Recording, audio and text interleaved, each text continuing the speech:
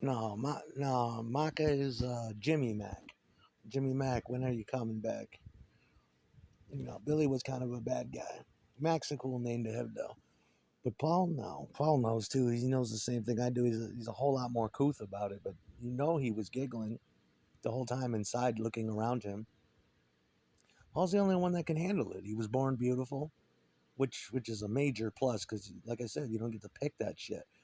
But he instead of relying on that, he went deep, deep, deep, deep, deep into music and became a virtuoso for some fucking reason. I guess I guess I guess he enjoyed what was happening with his talents. He carried that whole fucking band. He never got credit for it. McCartney. McCartney didn't care. He's like me. He could see through it all. He's just like, oh, who gives a fuck? You know, let me get paid. Let me make good music. Let me be a big human being and tolerate because it doesn't bother him. He don't give a fuck. Paul seen a lot of that, but never to those levels. Paul never seen nothing like that. But he was an extremely lucky, I guess, lucky in the way that he was born beautiful, and but he worked at his talents, ridiculous levels of talent that nobody was playing bass like that. There was no such thing as a bass player until he came out. Who the fuck played bass till Paul McCartney came out?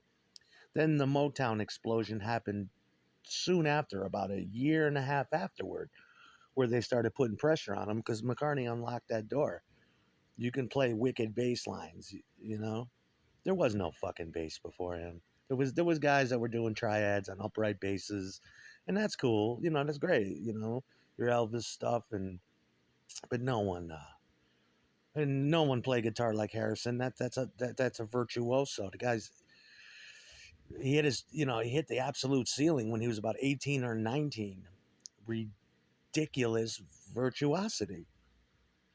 But it got to a point where the Beatles didn't need guitar solos anymore.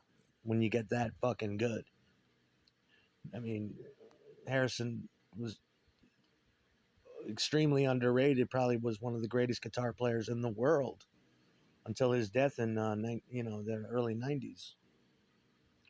A freak. They were freaks of nature, and nobody really knows how they did what they did. It must be absolute passion and ridiculous prodigal, just prodigies, really ridiculous. McCartney was the same way. He wanted to play guitar, but he's like, fuck it. They need a bass, but I'll play the bass, whatever.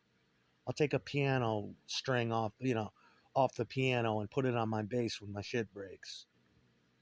All right, what? And then slowly starts playing guitar.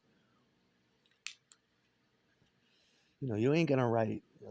Time of your life is, or whatever they were trying to do back then. That shit was irritating too. It's like, the opportunity does not knock for you. That is not yesterday. This shit will not endure. There's no comparison. Well, McCartney's got a sense of humor about it. What the fuck does he care? He don't care.